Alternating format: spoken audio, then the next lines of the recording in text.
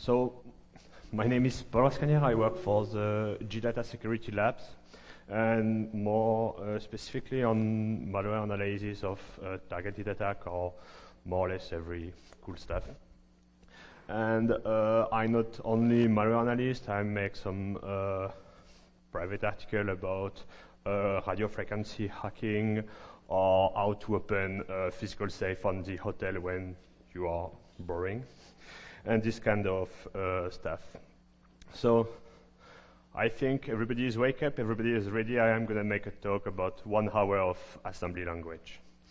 No, I'm just kidding. No, in fact, I'm going to present a few tools used by what I call Uroburos actors. So it's more or less the planning. So we work on this group since more than 1 year, and we are able to create a kind of timeline of tool. We think it's developed by the same guys or same groups. Why? Because sometimes they copy-paste some part of code. They use some same encryption keys, etc. I will speak about this fact after. So I'm speaking about a group that started to work in 2006. So I'm speaking about a group that worked basically since 10 years and in offensive topic. So in 2006, we found something that called agent BTZ here. And a few years after, they make some evolution on it and create something called Carbon, or sometimes it's called Cobra. It depends of which security company is picking. You will see it's really complicated because for same malware, generally we have at least 5 names. And Uroburos, or Snake, or Turla, or etc. It's the same sample. So I will present each project, functionality, how it works, etc.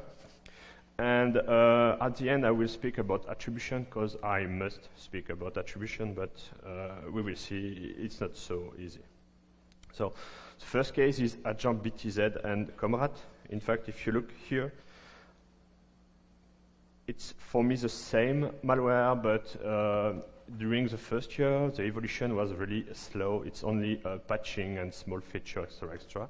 And in 2013, they changed more or less half of the malware, so that's why we decided to rename it, but it's really in the continuity. So here is a number of samples we identify during the last year. So we can see it was really used in 2007, and the number of samples decreased, and it reappeared in 2012, and in fact it's the Comrade version of the malware. Here I created a small array to show you the evolution.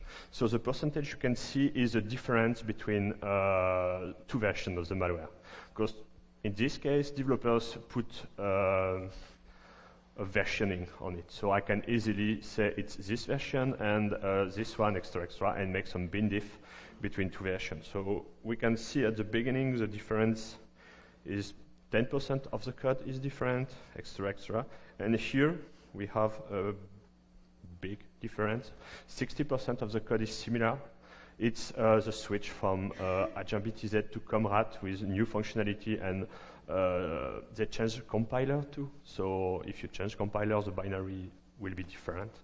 That's why it's so different. And after, the percentage are really, the difference are really small.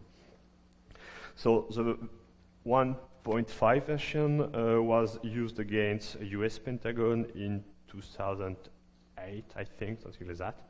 You can read a lot of paper about this topic. And here it's when agent BTZ became, from our point of view, Comrade. So on few binary, not whole binary, the developers forgot to remove the compilation path. So we can see the internal name of the project is Chink. or Jinx 64 for 64-bit version. So the feature of this malware are really common. It allows you to execute command, download file, upload file, etc., etc. All the requests are performed in HTTP.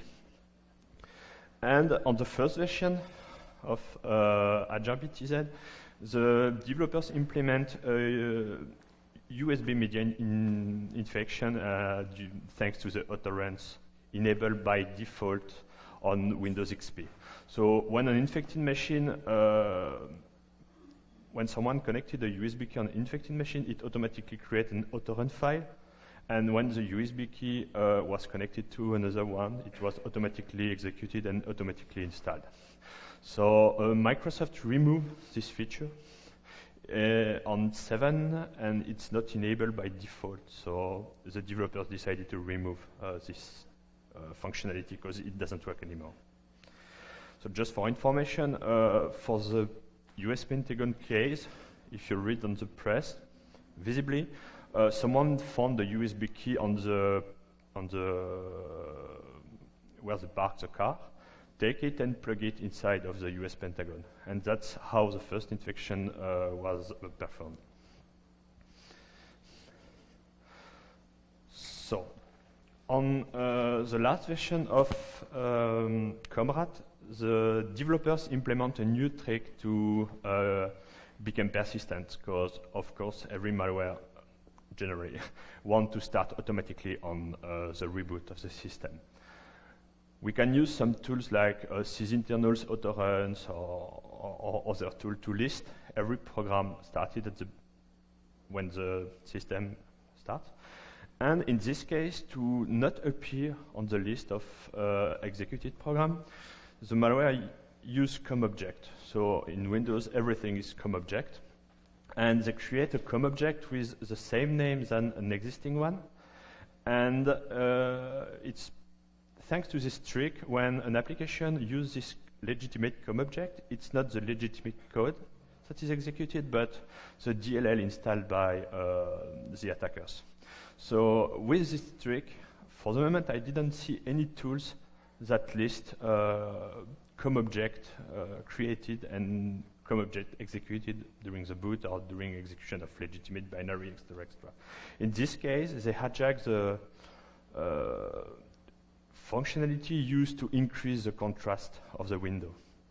Basically, it's not used by a lot of people, and they can hijack it, and if it doesn't work, it's not a big problem because nobody really uses it. Another interesting case, on every sample from the beginning to today, it's always the same XOR encryption key you can see there. So, and this key was used on every case, basically. So it was for the first one. The first one is really simple to analyze. It's old products, and it works in userland. It's create one thread, etc., etc. It's really, they don't use a big obfuscation, etc., etc.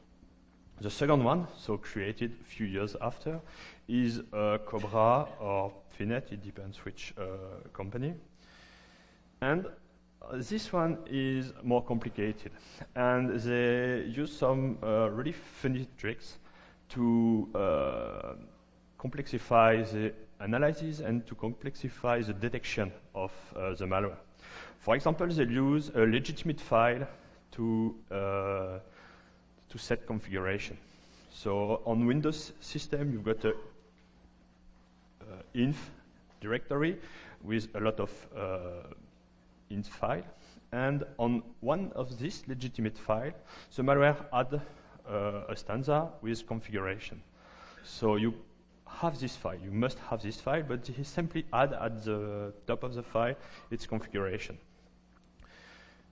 In this case, it explains that the root directory of the malware is in accessories and US. And this directory is generated randomly when the malware is installed. So on every machine you will have a different directory, and on every machine a different inf file will be used to store this configuration. how this malware works. In this case, it's more complicated. The malware is divided on 3 parts. You've got in one part the orchestrator called system by the developers, and this one is you stay in background and he used to handle requests. In the other part, you've got the payload, and this one is called users by the attackers, and it generates requests to the orchestrator handles the request and give results to the payload. So the design is more complicated, and they have a configuration file too to avoid putting configuration in the binary. So in this case, they use encryption to store configuration, and I copy here an example of configuration. So you've got object, it's simply an ID to identify the machine. You've got iproc is the processes list where the malware will be injected. In this case, the malware is injected into Internet Explorer, Outlook, MSN, Firefox, Opera and Chrome, every browsers and email client. And here you've got an exclusion list where the malware will not be injected. So the other part of the configuration concerning a network. So it's a command and control used by the malware. So here we've got 4 command and control. One is located in Iran and one in France, and I don't remember for the other one, but it's not really important. So when the malware wants to exfiltrate data, he used randomly one of this domain, and if the domain is down, it switched to another one. So basically, if you blacklist only one domain, it's like if you do nothing. The other part of configuration is a transport protocol. It's how the orchestrator speaks with the payload injected into browsers. In this case, it uses a name pipe, and the name pipe name is a comnap here. And something really useful for analysts, they provide a versioning. So we are able to create timeline and to know which version is used, extra. So for the system, so the payload injected, for the orchestrator, it's 3/61, and for the payload, it's 3/62. Yeah, something really useful too, from my point of view, they create a log file. So it was encrypted, but once you decrypt it, you can have every action performed on the machine. Typically, you've got a slide with the definition of each letter, but you can see when the malware is started, stopping, etc., in which process it's injected. For example, here we can see it's injected in explorer.exe. You can see the web request. Here, for example, you've got web request. You can see when the malware is sleeping, etc., etc. Basically, you can trace all the activity, and you can see when the malware was installed, because the oldest log is when the malware is installed, etc., etc. So it's a more complicated design, but the purpose is exactly the same as previously. Code execution, file downloading, file uploading, and they have a plugin management system. So they are able to push library and, for example, to have, I don't know, a keylogger feature, or to be able to switch on microphone, or I don't know, everything is possible. And they have an efficient plugin system. Yeah. So Cobra, or Carbon, or whatever the name, is what we called a userland-centric snake, because we will see after the author often use image of snake to name their malware. So in this case, we have 2 components that spoke together in userland, and one used to handle everything, and the second one used to exfiltrate data, used to steal information in the browsers, etc., etc. The last version we know about this group is Uroburos, snake, or Turla malware.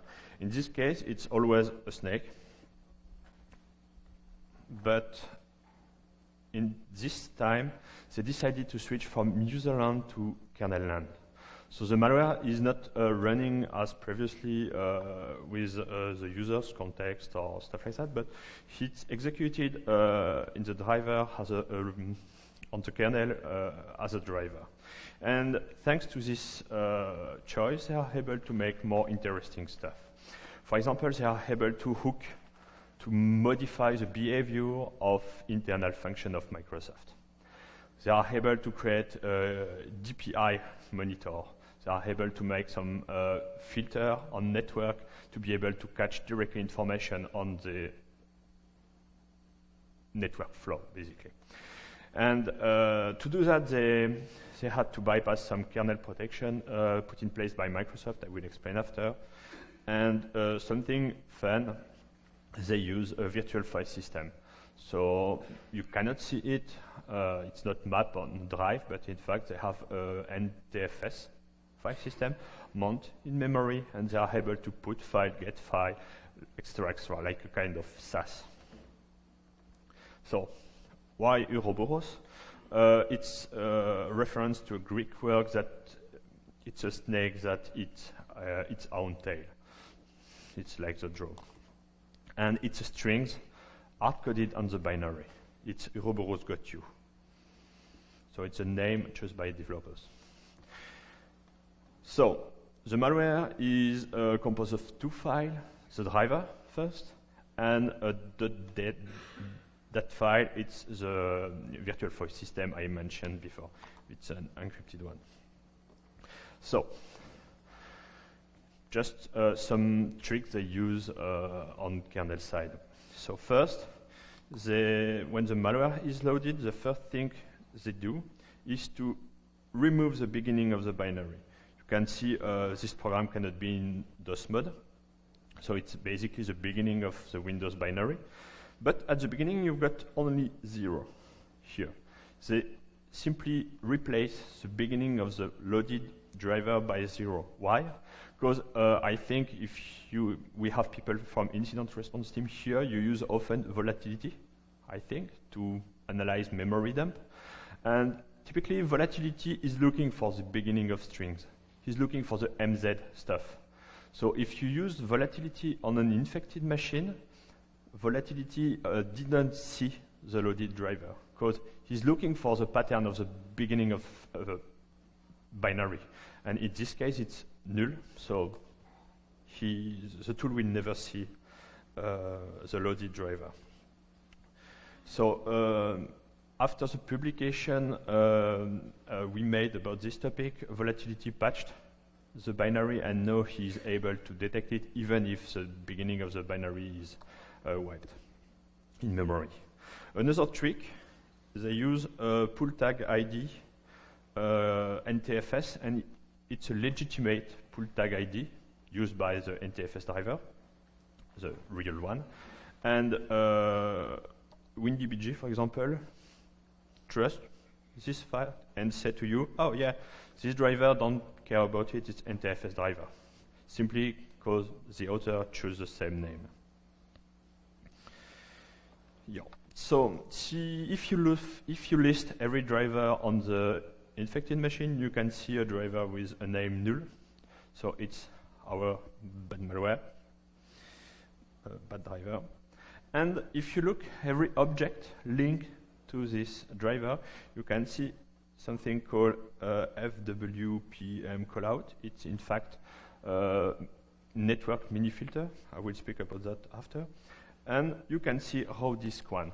Row disk one is the part that handles the virtual file system loaded in memory. So, one interesting thing is that the malware performs some hook on interesting internal function of Microsoft. To perform this task, the malware had an interruption at the beginning of function. For example, at the beginning of the IO create device function, you've got int C3, and normally you don't have that. The malware modify the beginning of the function in order to generate an interruption and execute its own code instead of the legitimate one. So, well, it's not really interesting. Here you've got the code of the malware. I create a small Python script to list every hooked function on an infected machine. I simply take every function and look if I've got an int at the beginning. If I got this interruption at the beginning, it's a hooked function. It's not so complicated. And here you've got all function hooked by the malware. So basically, the malware modifies the way of how Microsoft Windows handle a registry, process, driver, file system, extra. So when you try to list file on a specific directory, Explorer asks to Windows what kind of file I've got here, and Windows automatically jump on the malware code.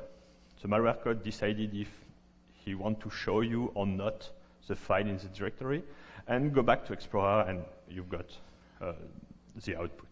So basically, I spoke about a virtual file system, a .dat file, and the hook function I use to hide this file.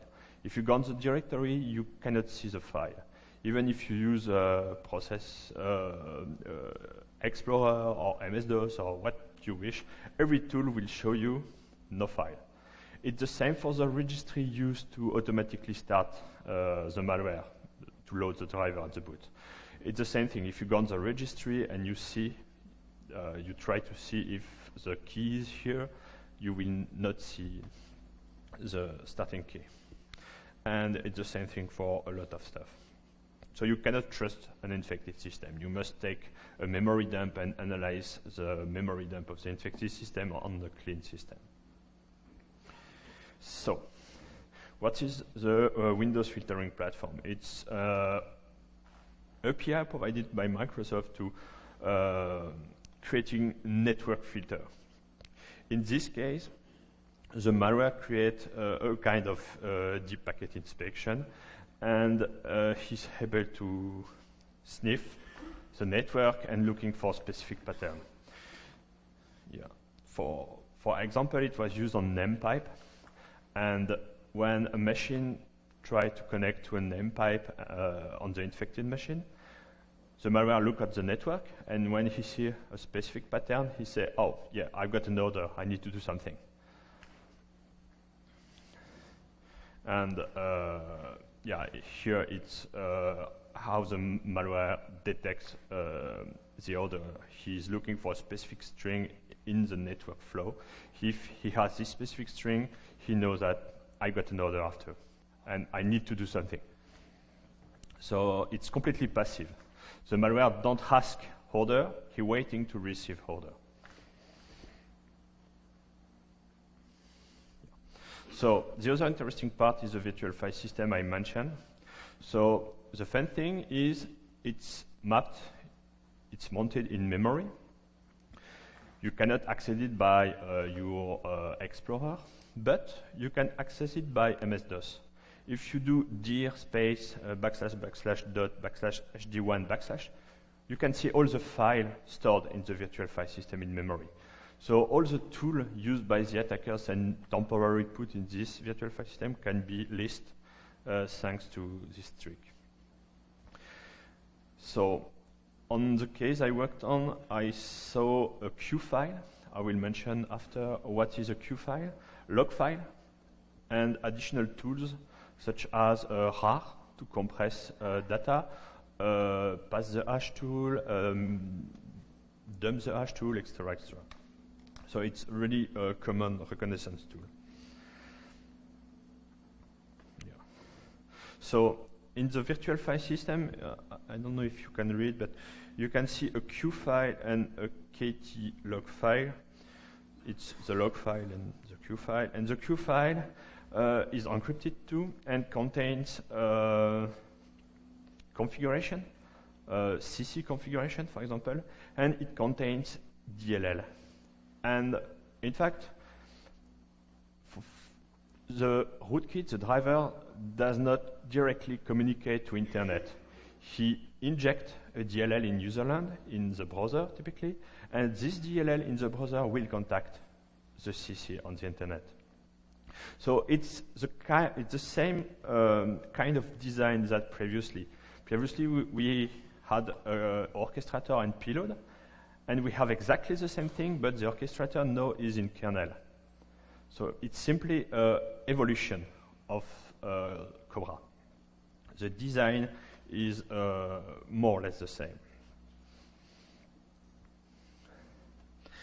Yeah. So, yeah, the injected DLL on the browser is used like a proxy, in fact. The kernel said to your browser to go to internet. Your browser receives a request and sends to the kernel the order or what he has to do. The DLL was named by attackers inj for injection, underscore snake underscore win32.dll or win64, of course, I copy paste. And the communication can be performed in HTTP, so it's directly a web request performed by the browsers, but the communication can be performed thanks to SMTP, ping, etc., etc. So it's really modulable, and the attackers can configure how you want. So I explained that it's a driver loaded in memory that hook function, etc., etc. But Microsoft did a lot of work to avoid this approach. So directly, it's impossible to add the interruption C3 at the beginning of the function.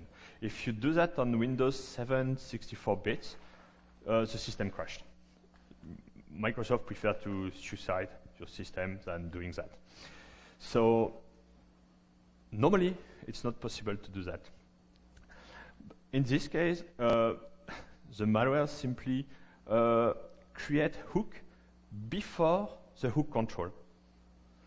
So he modifies the behavior of the hook control that check if hooks are performed. So he simply does the task before, and it works. So he modifies the key bug check X function to never say a hook is here. It always says everything is good, everything is good. It's a first trick. And they use another trick. On Windows 7 64-bit, directly, you are not able to load a not signed driver. If the driver is not signed, you cannot load it. But if you are developers, you are able to switch your system in test mode and load your driver during development period, etc., etc. If you do that on your Windows, it's simply a command on MS-DOS. You will see at the bottom right a message that's explained to you you are in testing mode. It's the screenshot I put here. So if an attacker wants to load an unsigned driver, he must switch in test mode, but the user is able to see this text and say, oh, it's weird. Normally, I'm not in test mode. Something is wrong. In this case, the developers use a trick and use a legitimate driver to load the bad driver. So how they did that? VirtualBox released a driver, I don't know, in 2008, so it's a really old binary. And VirtualBox is a legitimate tool, and it's signed by the company that created this tool. And of course, this driver can be loaded. But a vulnerability exists on this binary, on this old driver, and this vulnerability allows to switch to 0 an arbitrary memory address. And what the attackers do, they decided to switch the test mode from 1 to 0. So they are looking for the address of test mode enable, yes, no, and they switch from yes to no. So, and as the driver is signed and legitimate, the driver is able to do this task. And once they switch off the signature enforcement, they are able to load the unsigned driver after.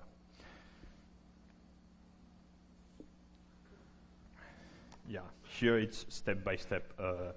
Say load VirtualBox driver, use a symbolic link, etc., to switch off the signature enforcement. It's simply one line.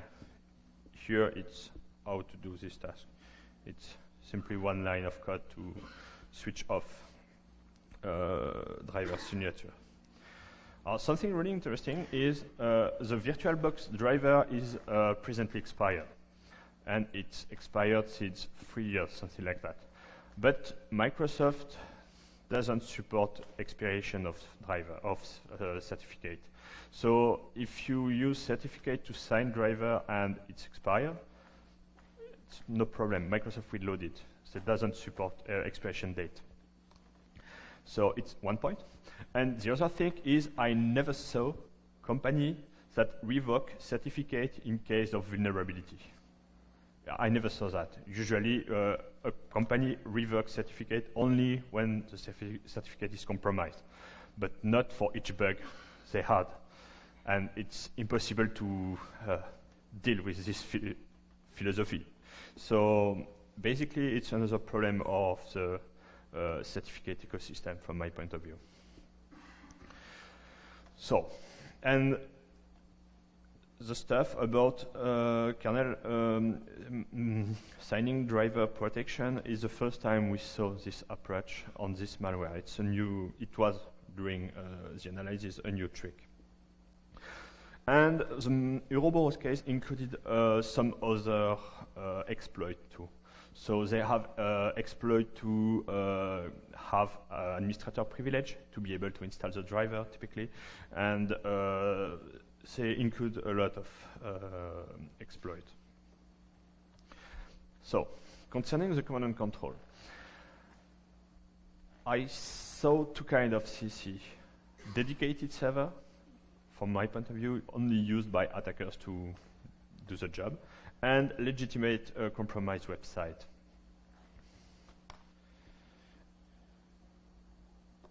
So, we have three kinds of malware, three quality of malware, and how the attackers work. Basically, they always work with the same approach. They start with an exploit on a legitimate website or spear phishing campaign to target entities. The first install malware is a reconnaissance tool called Whipbot of Tavdig. It's really a not important malware. The purpose is simply to infect the machine, get information, and select if the machine is relevant or not. If the machine is not interesting, the malware is cleaned and the machine is okay. If the machine is interesting, at this time, the author switch to a second malware. And the second malware is Cobra or Uroburos, depending of customers or targets. And for each infection part we saw, it's always the same modus operandi. Whipbot and Tavdig is typically to have information on the infected machine and to validate if it's an interesting machine or not. So he take OS, he take host name, domain, because thanks to the domain we basically know who is infected, because every company have a domain with the name of the company. It's the same for government, basically. They get time zone to be sure the guy is in the good time zone, etc., etc. Once this first step is realized and they have access to a first machine, the next step is to compromise more machines in the infrastructure. And basically they compromise a lot of workstation, and they compromised internal server, and they compromised a server or two in border, directly connected to internet. Basically, the server in border is HTTP server, a website, or Exchange server. They compromise the Exchange server and to communicate to internet directly if they want, because it's connected to internet. It's work as designed.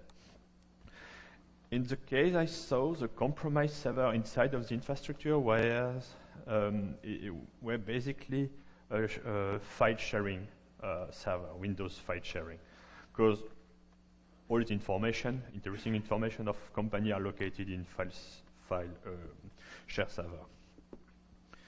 And on the internet part, you've got CC managed by the attackers. So once they have this infrastructure in place on the targeted company, they use classic post-exploitation tools like Mimikatz. In fact, they take the source code of Mimikatz and add some feature as encryption of output, etc., etc. So it's exactly the same code with some obfuscation and encryption feature. They use pass the hash and pass the ticket tools. So at the beginning they use pass the hash, but due to new security on company, etc., they switch to pass the ticket. So they use the Kerberos ticket on Microsoft to bounce from a machine to another one. And they use a custom PSExec binaries that use the hash or the tickets to make remote connection on other machine in the network. So, something interesting is what kind of target we have. So in 2008, we have US Pentagon.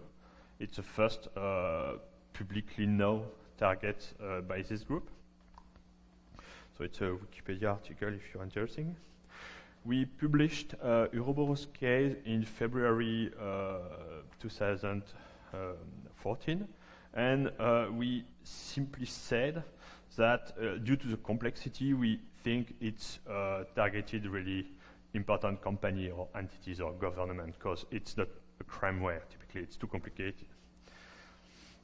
And 2 months after our publication, the Belgian Ministry of Foreign Affairs publicly announced they were compromised by Uroburos. In August, after our publication, Kaspersky published their own analysis of what they call Epic Snake. And they mentioned that this malware target government embassies, military research organizations, pharmaceutical group. And in September, the Finnish Ministry of Foreign Affairs announced that they were compromised by this malware too. And we know a lot of other targets and other compromised entities or government, but it's not publicly available, so I don't mention them, but visibly the group targets a lot of Ministry of Foreign Affairs of a lot of different countries. So, attribution. And I suggest to come to our talk with Johan. I don't know if it's today or tomorrow. I don't. Today? Okay. Because we will speak about attribution and why it's not so easy. So, during analysis, we found usage of same encryption key, same file name, some malware. Uroburos check if Azure BTZ is installed before installing itself, etc., etc. So we have strong link between each sample. And on 1 or 2 samples, the developers, we think, forget to remove the language used by the compiler. And the language used by compiler was Russian. And another thing is the username of developers. We found Vlad, Yurik, Gilg. I don't know. I know we have a Russian guy. Maybe it will ring a bell for him. And but as always, it's easy to modify username. And tomorrow I can make program with a Vlad username. So yeah. In 2011, a journalist from Reuters wrote an article about the compromission of US Pentagon, and he writes that the US government strongly suspects that the original attacks was crafted by Russian intelligence. So it's confirmed what we expect. And it was the same thing for the Belgium case. Journalists in Belgium explained that it's probably a Russian route to this case. So thanks for your attention. It's everything for me. If you have questions, feel free to ask.